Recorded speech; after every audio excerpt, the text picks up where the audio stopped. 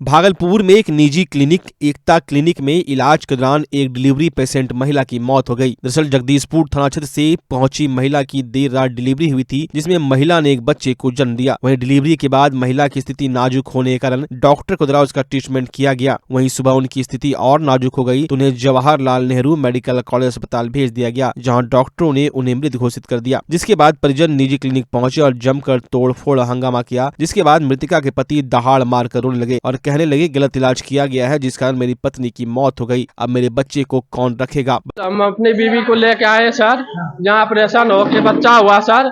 उसके बाद रात में ठीक थी, सुबह भी ठीक थी, 10-11 बजे तक भी ठीक थी। उसको बस खाली सुइया दर्द होता था, सुइया देती थी, दर्द होता था, सुइया देती थी। जब मर गई उसके बाद एम्बुलेंस बुला के मायागंज भेज दिया। वहाँ जाने के बाद बोला कि ये तो खत्म हो गया है। बता दें कि पूरा मामला जोगसर थाना क्षेत्र अंतर्गत एक निजी क्लिनिक एकता क्लिनिक से जुड़ा हुआ है। मृतका की पहचान जगदीशपुर थाना क्षेत्र अंतर्गत अंगारी गांव निवासी संतोष कुमार की 21 वर्षीय पत्नी खुशबू कुमारी के रूप में हुई है। वहीं हंगामा की सूचना मिलने के बाद स्थानीय थाना पुलिस मौके पर पहुंची और मामले को शांत कराया और मृतका के परिजनों को भी समझा बुझाकर लिखित आवेदन देने की बात कही। मृतका के पति संतोष कुमार ने बताया कि मेरी पत्नी डिलीवरी पेशेंट थी, उनका इलाज किया जा रहा था। 17 दिसंबर को डिलीवरी का डेट था, लेकिन कल उनको अत्यधिक दर्द हुआ, जिसके बाद हम लोग लेकर यहाँ पहुँचे, जहाँ देर रात उसने एक बच्चे को जन्म दिया। उन्होंने बताया कि बच्चा तो सुरक्षित है, लेकिन मेरी पत्नी की हालत नाजुक हो रही थी। जिसके बाद हमने डॉक्टर से कहा तो उन्होंने लगातार 20 से 25 इंजेक्शन दिए, जिसके बाद सुबह उसकी स्थिति नाजुक हो गई। वहीं उन्होंने बताया कि जब सुबह उनकी स्थिति नाजुक हो गई तो उसे मायागंज रेफर कर दिया गया। जब हम लोग वहाँ लेकर पहुंचे तो डॉक्टरों ने उसे मृत घोषित कर दिया। वहीं उन्होंने बताया कि गांव के ही झोला छाप डॉक्टर मनोज कुमार ने हमको यहां पर डिलीवरी के लिए भेजा था। मेरी शादी 1 साल पहले कजरेली थाना क्षेत्र अंतर्गत दरारी गांव में हुई थी। हाँ, मायागंज में बोला खत्म हो गया, इसको यहाँ क्यों लाए? सुई 40 सुई दे दिया होगा जी। यहाँ कैसे पहुँचे? यहाँ वहाँ से मनोज डॉक्टर है कजरेली का, वही भेजा था। यहाँ पे बोला कम बेसी करवा के हो जाएगा। क्या हो कह रहे थे पेशेंट के ऊपर खून की सिर्फ कमी थी और कुछ प्रॉब्लम नहीं था। बच्चा हाँ डिलीवरी तो हो गया रात में 12 बजे रात में हुआ डिलीवरी। हाँ टाइम पे हुआ है। पहले कहाँ दिखा रहे थे? पहले वो कजरेली में दिखाए थे, बोला अभी टाइम आए तो वही लेके जाओ, तो यही लेके आए सर। क्या नाम था पेशेंट? खुशबू कुमारी। उम्र क्या थी? 20 साल। 20 साल। जी सर। संतोष कुमार। कब शादी हुई थी आपकी? 1 साल हुआ है सर। कहाँ के रहने वाले आप? अंगारी जगदीशपुर थाना है, अंगारी घर है सर। वहीं जोगसर थाना से पहुंची टीम के एसआई महेंद्र चौधरी ने बताया कि एकता क्लिनिक में डिलीवरी के क्रम में एक महिला की मौत हो गई है। इसके बाद परिजन द्वारा हंगामा किया जा रहा था। यहां पर आकर देखा तो थोड़ी तोड़फोड़ परिजन द्वारा की गई थी। उन्होंने कहा कि परिजन द्वारा लिखित आवेदन दिया जाएगा तो आगे कार्रवाई की जाएगी। क्लिनिक में है जो डिलीवरी पेशेंट के क्रम में है, जो एक व्यक्ति की मृत्यु हो गई है, वहाँ वो हंगामा हो रहा है। तो हम गश्ती के क्रम में थे तो यहाँ आए। क्या सर आपने देखा? अभी देखा तो यही देख रहा है कि लोग है जिसका परिजन है वो लोग हल्ला हंगामा कर रहा है। जांच पड़ताल की जा रही है। हाँ इसका तो जांच पड़ताल हो रहा है। देखिए अंदर में कोई तोड़-फोड़ भी किया है। अभी तो हम लोग समझाने बुझाने पर शांति व्यवस्था कायम है। परिजनों को शांत कराया गया है। हाँ तोड़-फोड़ नुकसान भी किए क्या? हाँ थोड़ा हल्का फुल्का शीशा उसा कुछ लगता है कि गिरा हुआ है कुछ। जमुई टाउन थाना क्षेत्र की शांति नगर निवासी संटून मोदी के पुत्र सूरज मोदी पर एक युवती ने शादी का झांसा देकर यौन शोषण करने का आरोप लगाया है। युवती ने बताया कि युवक ने पहले चाट समोसा खिलाकर प्यार के जाल में फंसाया, फिर शादी का झांसा देकर यौन शोषण किया। वहीं जब युवक ने शादी करने से इनकार किया तो पीड़िता ने एसपी को आवेदन देकर न्याय की गुहार लगाई है। कौन लड़का मेरे से शादी कर? कौन लड़का? क्या नाम था उसका? सूरज नाम है। कहाँ का है? ये बलवंतला का। क्या हुआ? वो मेरे से शादी कर रखा है, फिर दूसरा शादी करने जा रहा है। आपसे शादी कर लिया था? हाँ, वो 5 लाख रुपए तिलक दे रहे हैं, इसलिए वो बोला तुम यहाँ पे। उसके बाप ने बहुत मेरे को धमकाया, बोल रहा था तेरे को मार दूंगी, तू मेरे घर पे आ पहले। मारने की धमकी भी दे रखा है और उसका बेटा भी कह रहा था मैं अब नहीं करूँगी तुमसे शादी, जाओ। सब कुछ तो मेरे साथ हो रखा है, तब भी फिर वो बोल रहा है ऐसे। क्या मतलब शादी का झांसा देके यौन शोषण भी किया? हाँ। कितना महीने तक? कितने महीने का? 2-3 महीने से। और फिर शादी करने से इनकार कर रहा है? हाँ इनकार कर रहा है। अभी मैं कहाँ? चाहती हूँ उससे ही शादी करूँगी। अभी कहाँ आए हैं आप? मैं आई हूँ थाने पे। एसपी साहब पास? एसपी साहब पे। क्या एसपी साहब से क्या करना चाहेंगे? मैं उसको इंसाफ दिलाओ या मेरे से शादी करवाओ। कब मिला था वो लड़का? 13 तारीख से मिला था। पहले दिन 11 तारीख से मेरे से बात हुआ था। 11 तारीख? हाँ। कौन सा साल? कौन सा साल था या शायद अब थाने में शिकायत किए थे? हाँ, एक बार ले गए थे उसके माँ बाप मेरे को थाने में, पैसे दे के चुप करवा दिए थाने में भी। अच्छा, तो किसने हुआ? फिर कैसे नहीं लिए, बोल रहे थे लड़की अपने घर चले जा, 18 साल हो जाएगा तो आप शादी कर लेना इनसे। तो मैं बोली ठीक है कर लूँगी। अभी आप आए हैं एसपी साहब से? एसपी साहब पे लड़का बताया नहीं था मेरे ब्याह होने वाला है, अब पता चला तब मैं आई हूँ एसपी साहब पे। में पीड़िता ने बताया कि वो उच्च विद्यालय जमुई बाजार जवाहर हाई स्कूल में 9वीं वर्ग की छात्रा थी और उसी क्लास में छात्रा चंदा कुमारी उसकी सहेली थी, जिसे स्कूल पहुंचाने और लाने के लिए उसका भाई सूरज कुमार मोदी आता था, जिस कारण मेरी जान पहचान सूरज कुमार मोदी से हुई। इसी दौरान वो बराबर स्कूल में चाट समोसा लेकर आता था और मुझे भी चाट समोसा नाश्ता करवाता था, जिससे हम दोनों के बीच बातचीत होने लगी और बात करने के लिए एक मोबाइल भी दिया। वहीं 11 जुलाई 2023 को दिन के 12 बजे मैं घर में अकेली थी। माँ और पिताजी खेत गए हुए थे। उसी समय सूरज कुमार मोदी मेरे घर पर आया और मुझे अकेली पाकर मेरे साथ जबरन दुष्कर्म किया। वहीं शोर मचाने पर जान मारने की धमकी दी, जिससे मैं काफी भयभीत हो गई। माँ पिताजी जब खेत से आए तो घटना की सारी जानकारी दी। सुल्तानगंज प्रखंड के मिरट्टी पंचायत के पास बन रहे 4 लेन निर्माण कार्य में अंडरपास नहीं बनने पर हजारों किसानों को परेशानी हो रही है। वहीं मिरट्टी पंचायत के हजारों किसान एकजुट होकर अंडरपास की मांग करते हुए 4 लेन के काम को बंद करवा दिया, जिसके बाद जन संसद के संरक्षक अजीत कुमार किसानों की मांग का समर्थन करते हुए उच्चाधिकारी से दूरभाष पर बातचीत कर किसानों की मांग अंडरपास बनाने की बात कही। वहीं किसान एवं जिला परिषद सदस्य अरुण दास ने मीडिया को बताया कि अंडरपास की मांग को लेकर जिला पदाधिकारी को लिखित आवेदन दिया गया है, तब पर भी अंडरपास नहीं बन रहा है, जिस कारण सभी किसानों ने एकजुट होकर 4 लेन के निर्माण कार्य को बंद करा दिया है। अब जब तक अंडरपास नहीं बनेगा तब तक कार्य होने नहीं देंगे। इस जगह पहले खेती बाड़ी वाला को पहले ये डंडरस है, जब उसमें जो है डंडरस रहते हुए जो है ना हम लोग तो महसूस कर रहे हैं। अब ग्रामीण को इतना 5,000 से ऊपर 10,000 का संख्या है। माल जाल खेती बाड़ी जितना भी है रकम जो है ना, यही समस्या है। इसी कारण से हमको पुल दिया जाए। हाँ, अंडरपास। हाँ, अंडरपास आने जाने के लिए। हाँ, आने जाने के लिए गाड़ी घोड़ा। सर मेरा गांव का मामला है ये कि जब से शुरुआत हुआ था ना ये एनएच बनने के लिए, तो सर्वप्रथम जो इसको स्ट्रक्चर तैयार करने लगे, उसी समय हम लोग इसको ब्रेक करवाए थे ग्रामीण के द्वारा। सभी ग्रामीण आए थे, उसको बोला था हमको ये अंडरपास पुल की आवश्यकता है, जरूरी है। तो मैंने खुद ग्रामीण के द्वारा आवेदन डीएम साहब को दिए थे। एक बार दिए तो उस पर फिर सुनवाई तो नहीं हुआ, फिर दोबारा उसको डीएम साहब को दिया आवेदन, तो उस पर मजिस्ट्रेट तैनात करा कर बोला कि अंडरपास कर दिया जाएगा। विभाग में भी हम इसका प्रतिलिपि दिए हुए हैं प्रोजेक्ट मैनेजर को, तो उसने भी बोला, आश्वासन दिया था कि हमने के जो 5,000 की आबादी का यह गांव है, मिरट्टी गांव, और यहाँ के जो लोग हैं उनका जीवन इनके खेत पर निर्भर करता है। यही रास्ता मुख्य मार्ग। यहाँ अधिकतर लोग पशुपालक हैं और ये इनका बहियार हुआ करता था। अब हो यह रहा है कि हाईवे बन रहा है और हाईवे में एक अंडरपास शाहपुर रोड में दिया गया है और यहाँ से तकरीबन 1 किलोमीटर की दूरी पर एक अंडरपास है और शायद कुछ नॉर्म वगैरह है इन लोग का कि 2 किलोमीटर के अंदर हाईवे अंडर पास नहीं बनाया जाता है। ये इनका पक्ष है, लेकिन सबसे बड़ी बात है कि किसी के जीवन को बाधित करके, किसी के रोजगार को बाधित करके और सड़क बना देना तो समाधान नहीं है। एक वे निकलने का इन लोग को भी मिलना चाहिए। कुछ डिज़ाइन में अगर बदलाव की जा सकती है तो बदलाव भी की जानी चाहिए, क्योंकि कहीं भी रोड बन रहा है तो यहाँ के लोगों का भी हित है इसमें और बाहरी लोगों का भी हित है और हम लोग भी का भी हित है। हम लोग भी चाह रहे हैं कितना जल्दी बन जाए और ग्रामीणों से भी मेरी अपील होगी कि बैठ के शांतिपूर्ण तरीके से इसका समाधान निकाला जाए। ये भी हम लोग के अपने ही लोग हैं, क्योंकि बाहरी लोग हैं, काम करने आए हैं तो हम लोग को सहयोग करना चाहिए।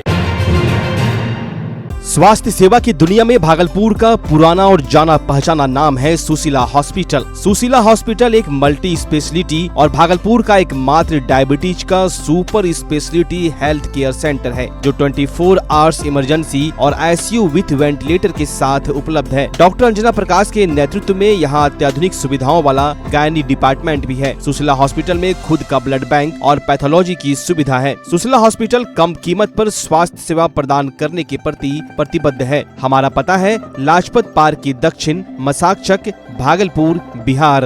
अब आपके सर भागलपुर में खुल चुका है मेंस वेयर और एक्सेसरीज के लिए शानदार शोरूम कॉब। यहाँ आपको एक से एक लेटेस्ट डिजाइन में मिलते हैं jeans, pant, shirt, suit, blazer, trouser, jacket, sweater, sweat shirt, जूते एवं सभी प्रकार के एक्सेसरीज। उद्घाटन के मौके पर कॉप दे रही है आपको पूरे भागलपुर में सबसे शानदार ऑफर, बाय 1 गेट 3, यानी कि एक की खरीदारी पर 2 बिल्कुल मुफ्त। तो अगर आप भी शानदार ऑफर का लाभ लेना चाहते हैं तो अभी चले आएं। हमारा पता है DN Singh road, Khalifabagh, Kharmanchak, near Hariom Lakshmi Narayan jewellers, Bhagalpur. जल्द करें, ऑफर सीमित समय के लिए।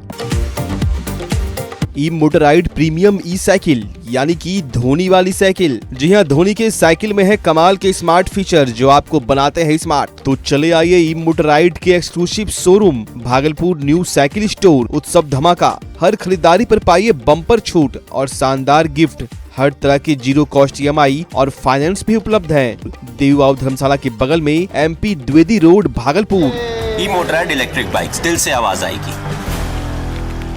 अगर आप अपने बच्चों की हकलाहट, तुतलाहट या मूक बधिरता को लेकर चिंतित हैं या बढ़ती उम्र के साथ बहरेपन की समस्या से परेशान, तो चिंता छोड़िए, क्योंकि अब भागलपुर में आ गया है इन सब का समाधान। Nirala speech and hearing clinic.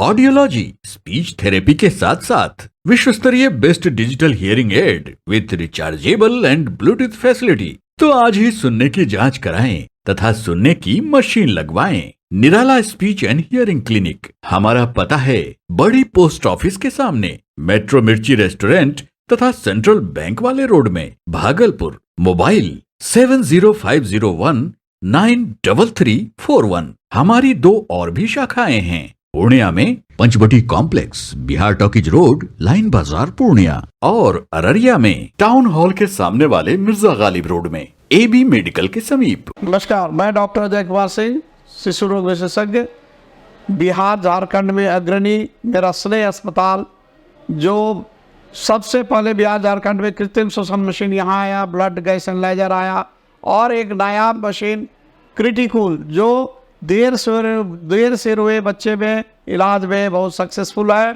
और वह विकलांगता से बचाता है और बचने की संभावना बढ़ती है। वो मशीन जो देर से रोया बच्चा है उसमें 3 डिग्री कम टेम्परेचर पर रखा जाता है और 3 दिन के लिए रखा जाता है, लेकिन वो 6 घंटे के अंदर उसको उसमें रखना पड़ता है। तो आप इसका लाभ उठाएं। और दूसरी बात, जो आयुष्मान योजना है उसके तहत 5 लाख का चिकित्सा आप अपने नवजात के लिए, बच्चों के लिए आप यहाँ उपलब्ध है, उसको ले सकते हैं। ध्यान रहे कि 5 साल के कम के उम्र में के बच्चों को आयुष्मान कार्ड की अलग से ज़रूरत नहीं है। यदि आपके माता पिता का नाम है तो वो इसमें लाभुक हो सकता है और आप इसका लाभ उठा सकते हैं। धन्यवाद।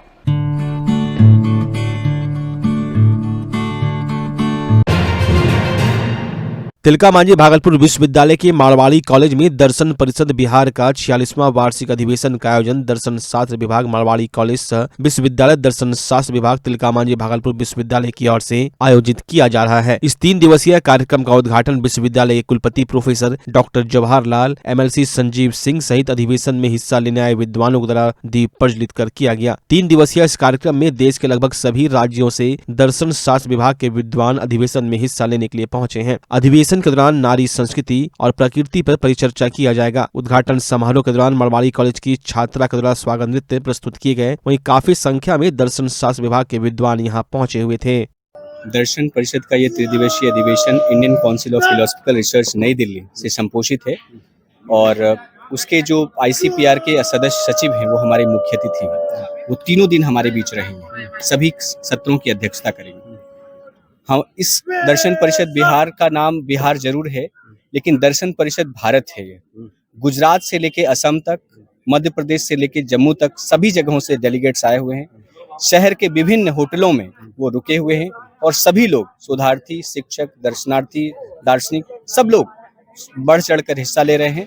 हम लोग का ये 3 दिन का कार्यक्रम नारी, संस्कृति और प्रकृति विषयक चिंतन धारा पर केंद्रित है। इसमें विभिन्न सत्र भी होंगे, जिसमें भारतीय ज्ञान परंपरा, नैतिक जीवन और प्रबंधन, इस तरह के विषय भी शामिल हैं।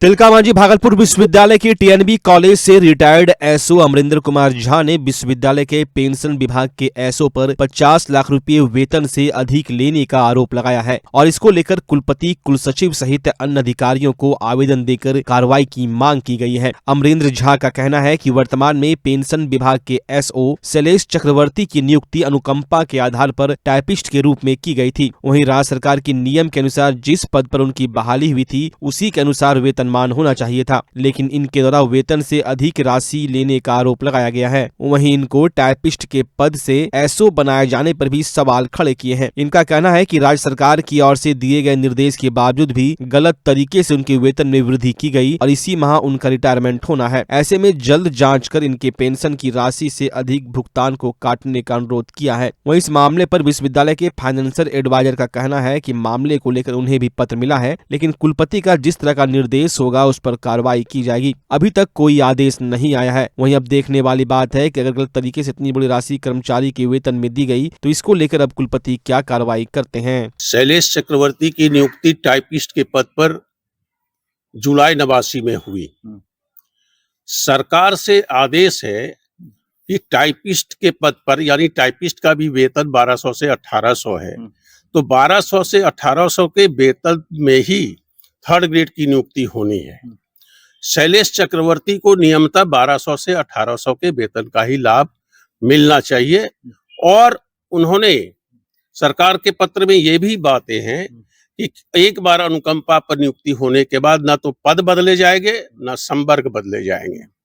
ऐसी परिस्थिति में शैलेश चक्रवर्ती जो टाइपिस्ट के पद पर नियुक्त हुआ, उसको सहायक और एसओ के पद पर फिक्सेशन करते करते हालात यहां तक ला दिए गए कि शैलेश चक्रवर्ती का नियुक्ति की तिथि को 1200 से 1800 में 1200 वेतन होना चाहिए और आज रिटायरमेंट के वर्ष में, यानी कि वो 31 दिसंबर 2024 को जब रिटायर हो रहे हैं तो उनको उनका 68,000 वेतन होना चाहिए।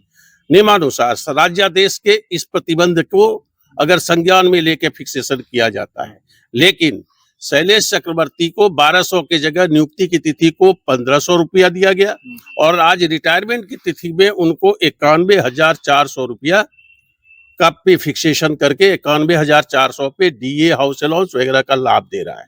तो मैंने इसका एक तुलनात्मक चार्ट बनाया।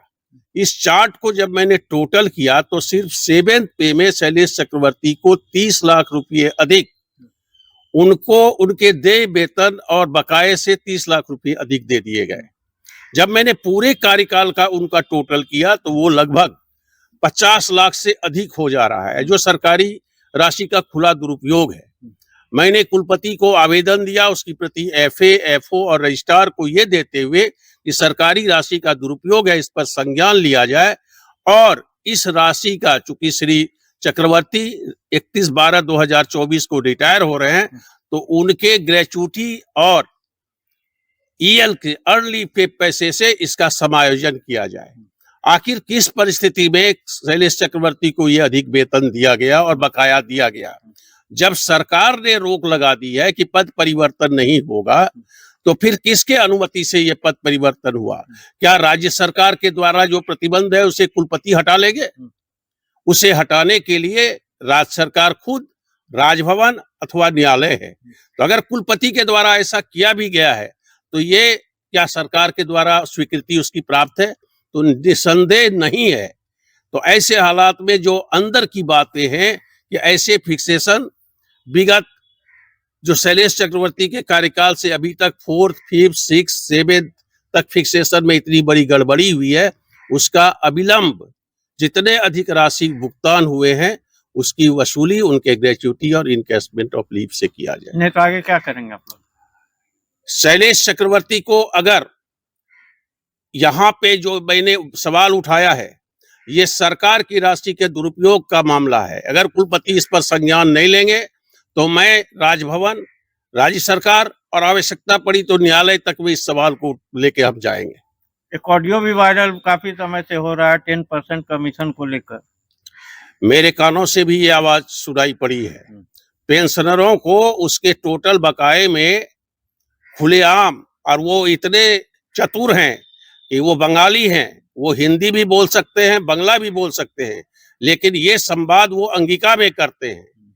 दुर्भाग्य ये है कि जो व्यक्ति सरेआम पेंशनर से 10% कमीशन की बात करता है, उसी व्यक्ति का रिटायरमेंट के बाद सर्विस एक्सटेंशन की भी बात की जा रही है। ऐसी भी चर्चा है। कार्रवाई कुछ नहीं हुई।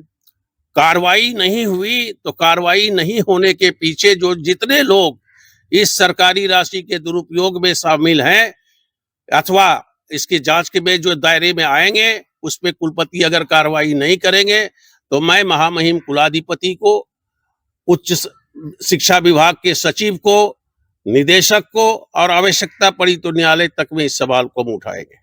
हाँ, एक पत्र हमको रिसीव हुआ है जो कि कुलपति महोदय को एड्रेस है, कॉपी हमको भी मिला है और इस पर कुलपति महोदय जैसा निर्णय लेंगे उस पर हम लोग विचार करेंगे। क्या लग रहा है सर लेटर को देखते हुए, जिस तरह से लेटर उन्होंने कुछ उनका कहा है कि तनख्वाह के बारे में, अपॉइंटमेंट के बारे में, ये तो जांच का विषय है, तो जांच के विषय में कुलपति महोदय जैसा कहेंगे वैसा होगा।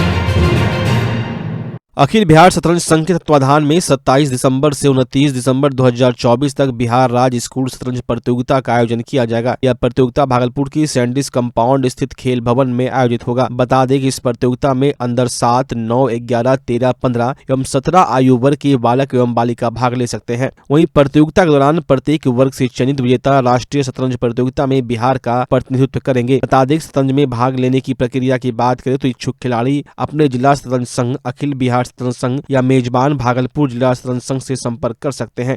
भारत आह्लादित है, डी मुकेश विश्व चैंपियन बन गया है और एक नई जोश और नई उमंग के साथ भारत के युवा चेस में भी अपना आजमाइश कर रहे हैं और इस कड़ी में हम लोग बहुत ही आनंदित हैं कि हमें यह मौका मिला है, भागलपुर चेस एसोसिएशन को यह मौका मिला है कि 13वां बिहार राज्य स्कूल चैंपियनशिप भागलपुर में आयोजित हो रहा है। मैं बता दूं कि अभी तक 12 इस तरह का टूर्नामेंट सिर्फ पटना और पटना में हुआ था। पहली बार पटना के बाहर यह भागलपुर को मौका मिला है और इसके लिए भागलपुर चेस एसोसिएशन राज्य एसोसिएशन का आभारी है और हम लोग इसको बहुत ही तन्मयता से, बहुत ही उत्साह से हम लोग यहाँ चेस का आयोजन कर रहे हैं। इसमें बच्चे पूरे बिहार से भाग ले रहे हैं और under 7, under 9, under 11, under 13, under 15 और अंडर 17 तक के बच्चे पूरे बिहार से यहाँ आएंगे और यह है 27 से लेके 29 दिसंबर तक में यह खेल सैंडिस कंपाउंड स्थित खेल भवन में खेला जाएगा और इसमें जो चयनित खिलाड़ी होंगे वो राष्ट्रीय खेल में वो अपना जलवा दिखाएंगे। आज से रंगग्राम जन सांस्कृतिक मंच द्वारा आयोजित 3 दिवसीय रंग महोत्सव आयोजन की शुरुआत हो गई। सर्वप्रथम रंग महोत्सव का उद्घाटन दीप प्रज्वलित कर किया गया। तत्पश्चात अद्रिजा श्री द्वारा जीवंत शास्त्रीय वंदना से कार्यक्रम की शुरुआत की गई। इस रंग महोत्सव में ताल भागलपुर द्वारा शारदा सिन्हा स्मृति समूह नृत्य का आयोजन किया गया। वहीं नाटक मंचन में हिंदी नाटक पूस की रात, भोजपुरी नाटक गबर घिचोर, बंगला नाटक निष्पात का आयोजन किया गया। कार्यक्रम में बाहर से आए हुए विभिन्न राज्य के कलाकारों के साथ साथ आयोजन समिति के सदस्य एवं सैकड़ों दर्शकगण उपस्थित थे।